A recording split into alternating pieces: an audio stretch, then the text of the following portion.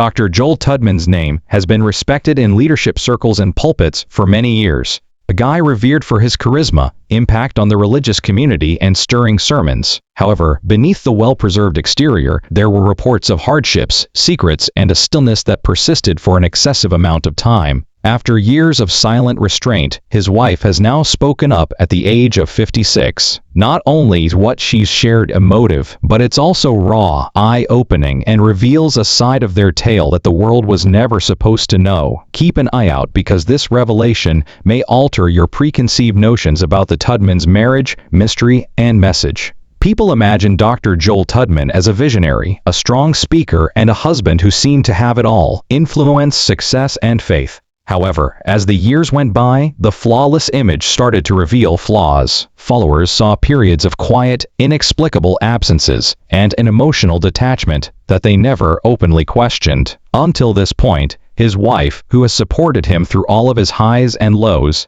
has remained silent. She has now made the decision to give her side of the tale after years of keeping quiet.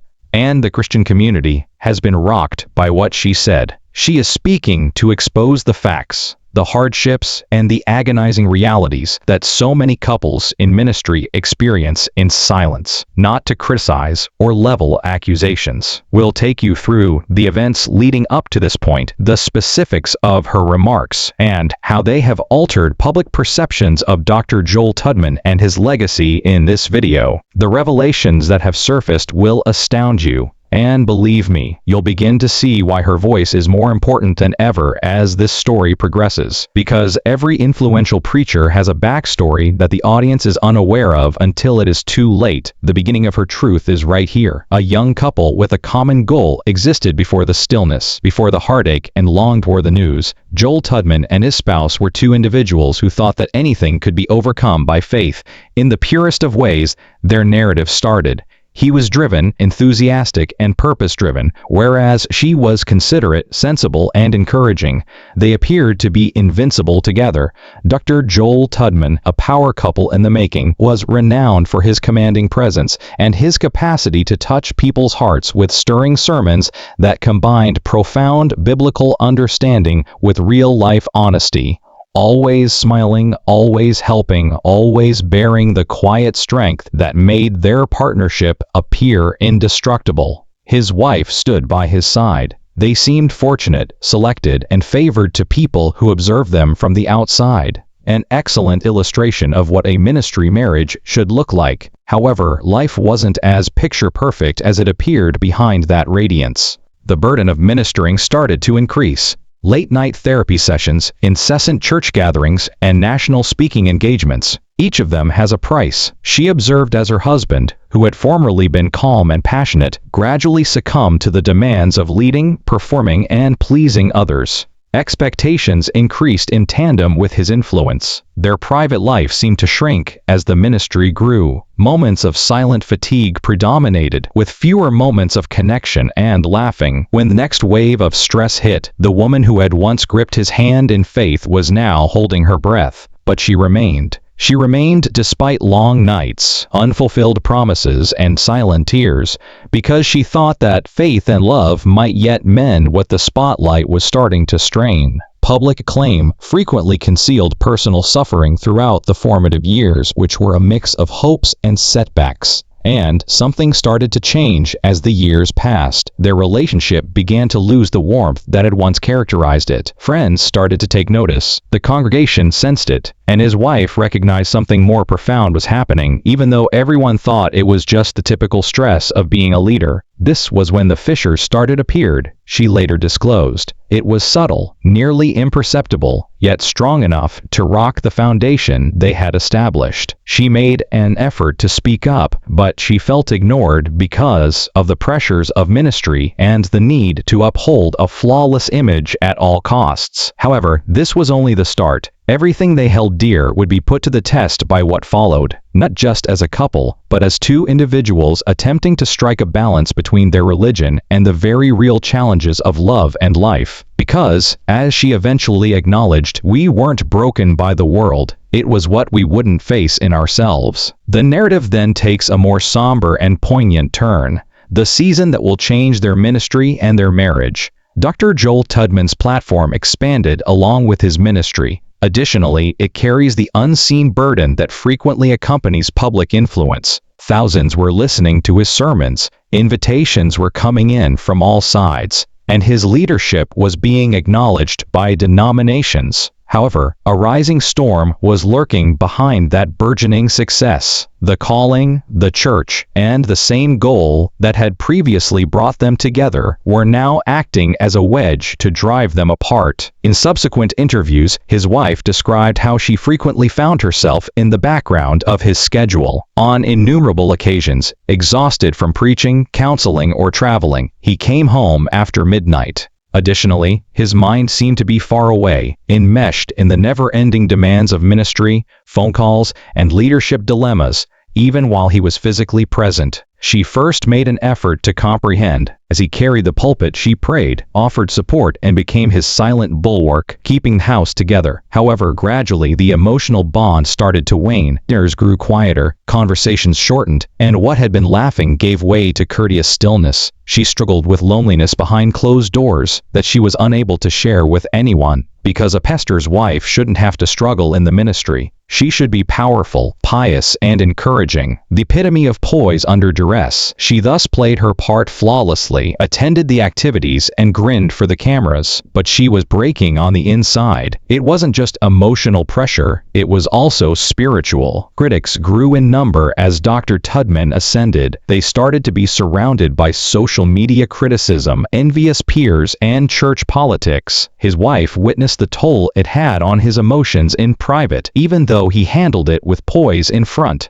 After ferocious sermons, he would return home and spend hours staring at nothing in quiet. Sometimes she wanted to reach out, but was unsure of how. Later on, she admitted that she felt both invisible to and able to feel his agony. Helping someone who is always helping others but never themselves is difficult, she added. Their entire lives started to be consumed by the ministry. Conferences replaced vacations. Family dinners evolved into meetings for strategy. He would always say, "Just a little longer. God's still building something." In response to her requests for time, she was unaware at the time that their marriage was subtly disintegrating due to unresolved issues and unacknowledged hurts, even while God was establishing the ministry. Many dismissed her attempts to discuss it with spiritual advisors and close friends. "You're fortunate," they informed her. "Your spouse is a devout man. Have patience." She therefore learned to hide her suffering behind civility, to worship through her anxiety, and to pray in private while acting as though nothing was wrong. But while honesty can heal, silence cannot.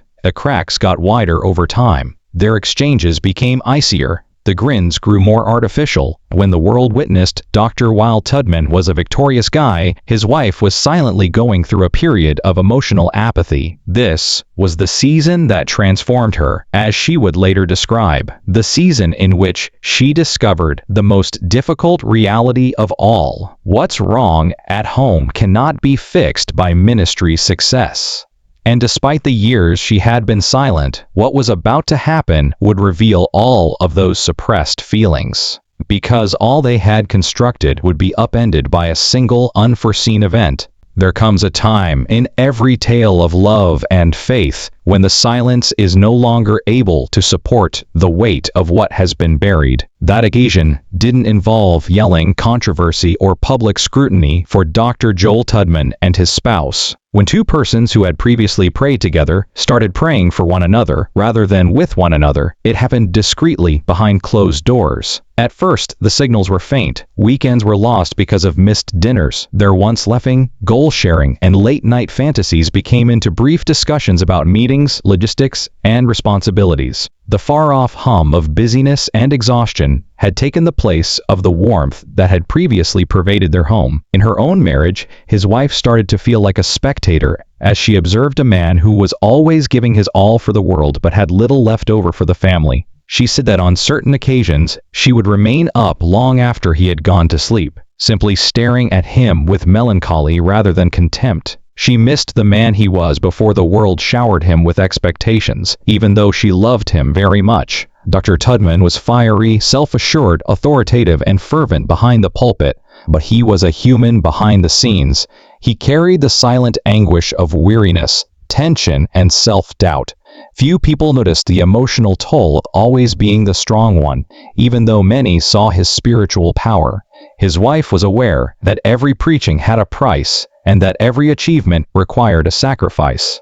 However, neither of them recognized the extent of the sacrifices they were making for one another. Then came the breaking season, as she put it. It was not a single major event. It unraveled gradually. The frequency of arguments increased. Longer misunderstandings persisted. They started to steer clear of challenging discussions, fearful of what could come to light. And the public life took precedence. As is common in ministry, it was necessary to safeguard the image. The messaging had to stay the same. The performance must continue. She recalled a certain Sunday when she was grinning while listening to him deliver a sermon about internal healing in the first row of the church. She stood motionless, heartbroken at the irony that the man discussing healing was the one who needed it the most, while the woman applauding him was quietly disintegrating. Everyone around her yelled, "Amen." Even the most resilient facade eventually starts to crumble. It became impossible to ignore their emotional remoteness. Close friends began to inquire about the state of affairs. Her response was silence.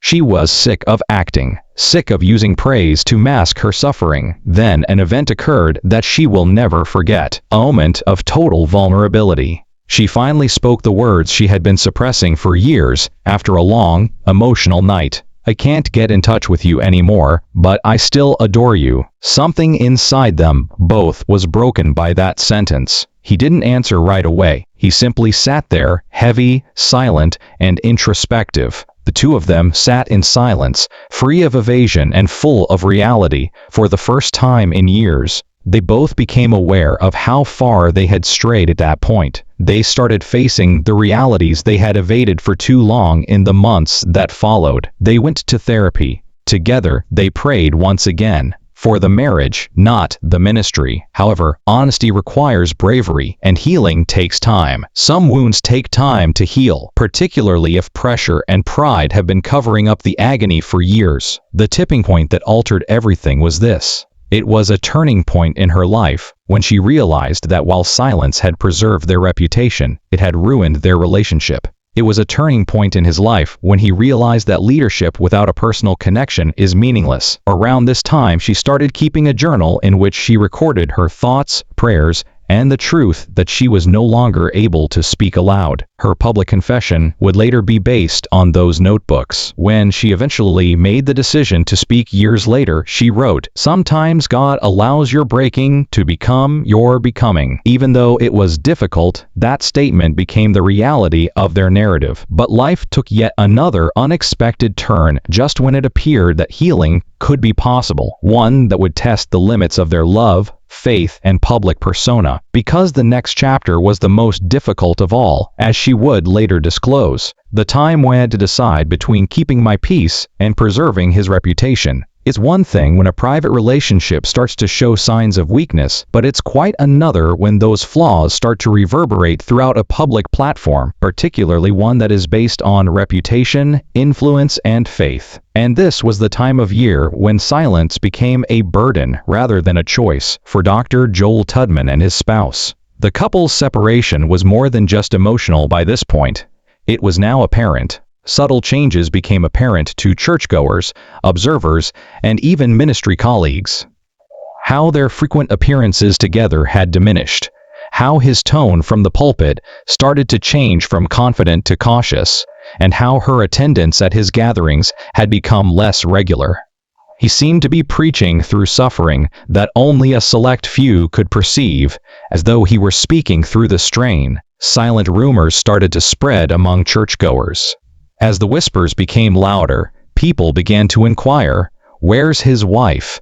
Is everything okay? Why doesn't she travel with him anymore?" This fueled public curiosity and sparked conjecture on Christian forums and social media. However, throughout it all, they both kept quiet in public. No declarations, no explanations, no denials. However, even though it was intended to be protective, that quiet just raised additional queries. The public demanded explanations. The congregation desired confirmation. And their loved ones simply wanted to know how something so powerful could become so brittle all of a sudden. But, behind the scenes, the tempest was getting stronger. Later, his wife revealed that she felt both seen and invisible during this most trying moment in her life. No one really understood what she was going through, but everyone had comments about her marriage. Her words, "It's a strange kind of loneliness when your suffering is made public but your truth is kept secret." Tension had been the norm inside their house. Words were carefully chosen in order to prevent more arguments. He was always on the road, giving speeches, coaching, and maintaining his composure, but she knew he was having trouble. The man she used to know, the one who prayed before making any decisions, appeared to be struggling with feelings of confusion and remorse. She remembered the night he returned home from a long journey. He simply sat down on the couch in total quiet after dropping his things at the door. Just tiredness, no words, no explanations. "Are you okay?" she said softly as she sat next to him, and he gave a silent but eerie answer. "I have lost all knowledge." She became aware of the depth of his internal conflict at that same moment. The strain of upholding a facade, managing others, and projecting strength had become unbearable. She sympathized with his hardship, but she also realized that she had lost her tranquility in order to preserve his reputation. Once a sign of loyalty, her quiet had now turned into a prison. She was no longer able to act as though nothing was wrong. Her health, sleep, and even her beliefs were all impacted by the stress. She began to doubt everything, including her marriage, her purpose in life, and even her ministry function. The fact that she had no one to turn to for emotional support while everyone looked to him for spiritual direction was the most painful realization. Then there was a watershed, a sudden public event that altered the course of events. Observers noted that Dr. Tudman spoke with an unusual vulnerability at a conference appearance. He spoke on the peril of leading while bleeding and about losing yourself while attempting to assist others. He wasn't merely lecturing,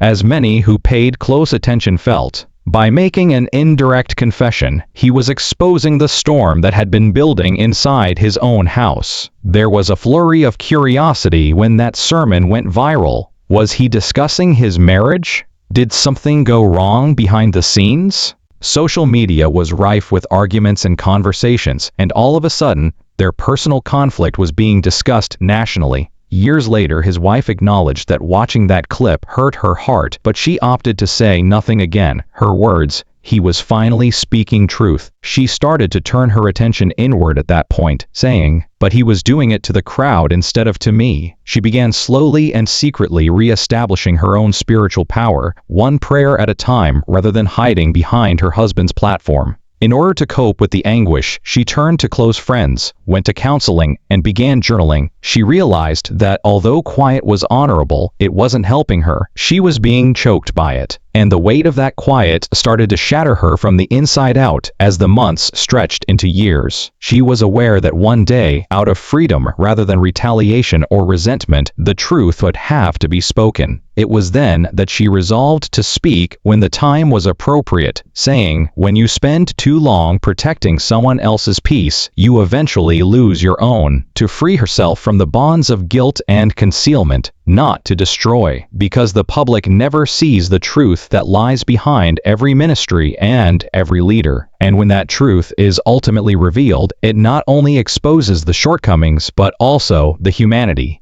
She has been the quiet rock in the background for years, the devoted wife who never disclosed her own hardships while praying, bearing, and covering her husband's. The person who carried the burden of secrets the world would never know while standing in the shadow of the pulpit lights. Time, however, has a way of revealing what silence seeks to conceal. Furthermore, her remarks did more than just reverberate on social media when she did speak. Across the country, they struck a chord with women, leaders, and Christians. The world was surprised. No announcement, no big, all-out interview, and no scandal-driven expos were made. Rather, it started with a moving, silent, live feed. One that began as a letter of support, but evolved into one of the most heartfelt admissions ever witnessed by the Christian world. "For years, I protected what was hurting me," she remarked, taking a deep breath while sitting in her living room without any glitz or frills. The live stream lasted more than an hour, and by the time it ended, thousands of people were watching. She didn't blame anyone or attack anyone, but she told the truth, her truth about what it was like to live in the background of a man who was loved by everyone but wasn't home.